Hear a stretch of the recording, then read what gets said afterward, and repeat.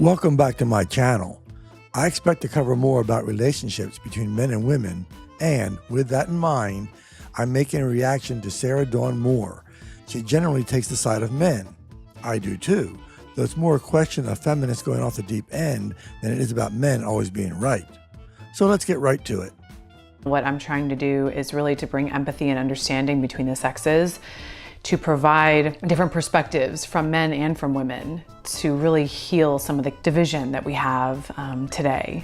This is what I'm also aiming for, because I think people on both sides are often just crazy, or at least being extremely defensive, which disregard the opposition's views, so to speak. Today we're going to talk about a very interesting subject, 7 double standards that men face that women don't. That a woman can hit a man and he must have deserved it. But if a man were to hit a woman in defense of something that she was potentially doing, he can't necessarily fight back to defend himself. He basically has to just sit there and take it. Definitely a problem, both in the assumptions people make, but also because women actually do commit physical abuse because they know they can take advantage of this bias.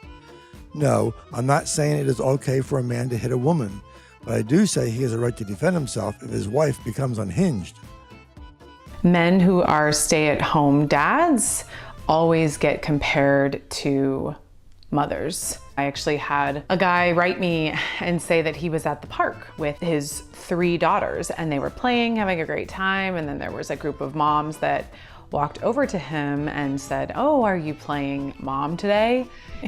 It's kind of this joke that a man can't take his kids to the park, a man can't raise his children. So the role of the father is kind of, denigrated in our society. They're the ones that are supposed to go to work. They're the ones that are supposed to, be the provider. But when it comes to playing a little bit more the mom role, there seems to be some judgment there, and it is a double standard. Men are definitely denigrated in Western society. I mean, come on. It isn't hard to hear women say men don't matter, and worse, that other women rarely object to such characterizations. But in the example given, I don't see a huge problem. Sure, it may be annoying to some men, but we don't want to follow the pattern of the perpetually offended who seem to be quick to take everything the most negative way possible. From the context, I don't think it's kind of a joke at the man's expense. It's just a fact that we'll usually see the mother doing these things, and people naturally react accordingly. In fact, I submit that it may be nothing more than a friendly comment from some women who actually appreciate seeing a father doing this. The double standard of when you go to divorce court. One of the clips that I saw, I actually watched the whole 1-hour interview about what he basically thought about marriage and divorce and how it's a failing technology in today's society. But one of the things he said was a woman is only as strong a feminist as when she is told that she has to pay alimony. And then she basically denounces feminism, even though she was making 2, 3, 4, 5 times more than he was and wants to maintain that lifestyle. Yes, this is a big problem. The history this bias is probably based on would include a man working and a mother staying home, but that just isn't the case so much now. Another would be that women are better nurturers.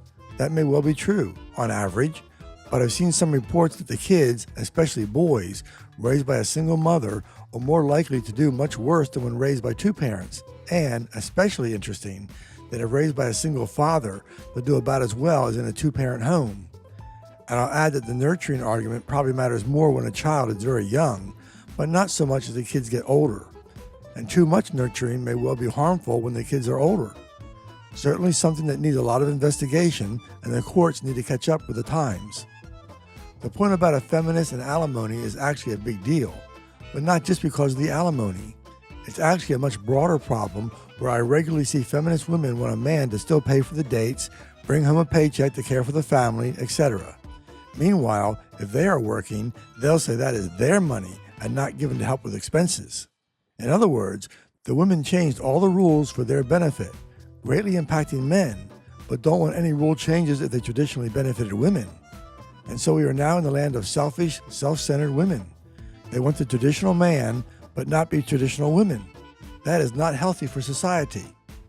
If a man isn't in the mood or turns down his wife or his girlfriend or his partner, he gets shamed for it. But if a woman isn't in the mood, obviously a man can't really say much about that. I've heard this from so many guys that they're tired after work, you know, especially as a man gets older, his testosterone isn't raging, right, anymore. So sometimes they're just not in the mood. The amount of men that have told me that the woman in their life has a temper tantrum, felt rejected, went into the bedroom, started crying, like made waterworks because she felt rejected, versus men get rejected every day. Definite double standard. Not sure about the shame element. I mean, is that just about the reaction the wife has? Or is she going out and spreading things to her friends who then spread it to others, making the shame a matter of widespread embarrassment? If the latter, that is a really bad thing, and I would consider it to be a sign of a very toxic wife. If it is limited to the wife privately shaming her husband, that is still very bad, even cruel since there is no need and no benefit to doing it.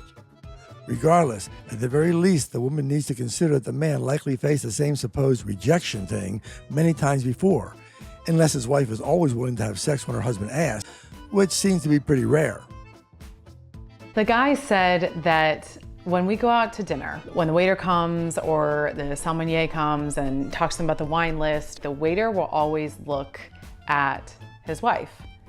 But then when the check comes, the waiter will always place the bill to me. They know that this is part of being a man. Okay, I have to court a woman, I'm the protector, I'm the provider, right? Like it's my obligation to kind of do these things, I have to pay. I think that most men, right, they understand that's their role, or they understand that that's kind of just part of being a man. As unfortunate as it is, like it's just the way that our society works. But what they do want in return is just a little bit of respect, right? Like ask him, what do you think, sir? I think from the waiter's perspective, or if you're a woman and you're sitting there with a man and you see that happening, you almost have to sense it, right? And have an intuition, or have an intuitive sense as a woman to kind of look to her man and make sure that he is also being acknowledged. I don't see this as a big deal either. I've often read stories about women being insulted when a car salesman focuses on things like the passenger side vanity mirror, as if a woman doesn't care about more technical aspects. That can be annoying too, and I have no objection to saying the salesman, or the waiter, should make some adjustments. But I'm not going to lose sleep over either one. I will say it would probably be a good idea for the woman to simply turn to her husband to discuss the wine, just like if a husband is with his wife shopping for a car, discuss the more important buying considerations, regardless of what the salesman is doing.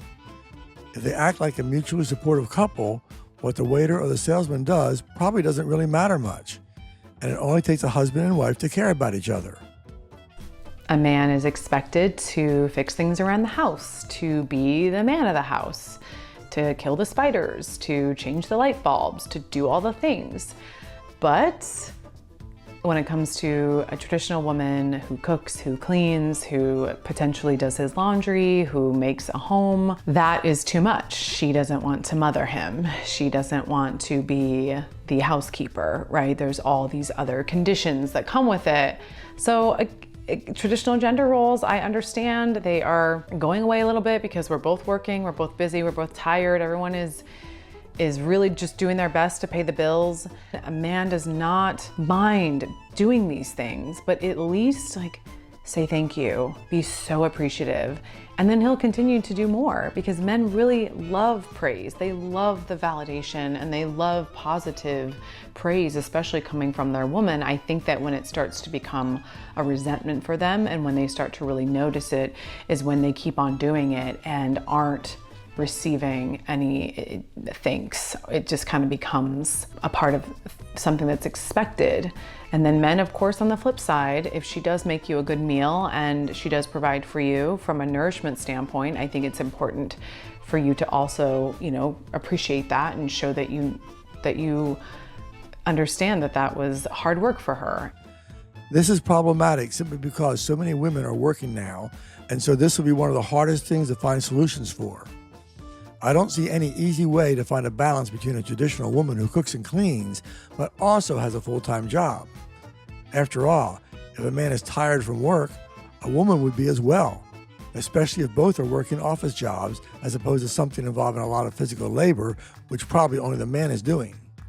I could probably make an argument that women generally shouldn't work, making families stronger. But no, I'm not going to advocate that women not be allowed to work, though I do think it is important for society to promote the choice of staying home, caring for the kids, etc., as being a really good and most honorable choice. Right now, the attitude is about the opposite. Change that attitude, and more women would opt to be a traditional homemaker. A related problem is women wanting to take on the role men used to dominate and having a full-time job. And they've gotten that. But they also want men to adopt some of the traditional roles of a woman. That's a problem, because it means women wanted something and got it, but they also want men to change to something they don't want to do. A solution may be hard to find, but women need to realize it just isn't fair that they get the changes they want, but also want to make the man change his nature. Seems rather one-sided to me. In fact, we see this attitude in many things, like a man who actually acts like a man is called toxic, and that they should behave more like women. Yet when you hear about the men that women seem to want to date, they want someone taller, stronger, smarter, with a better job, etc. Even when they say they want a man to be vulnerable, if he does that, these women generally don't want him anymore. Frankly, feminists seem to be very confused. It's odd that women tend to be quite willing to say it is fine for someone to be gay because they are born that way, or even transition their sex for similar reasons. Yet if a man acts like a man has been born to be for millennia, the man is supposed to change? It's just crazy. A known fact from a statistical standpoint that men face greater prison time, men face harsher punishments from a punitive standpoint in our legal system for the same crime committed.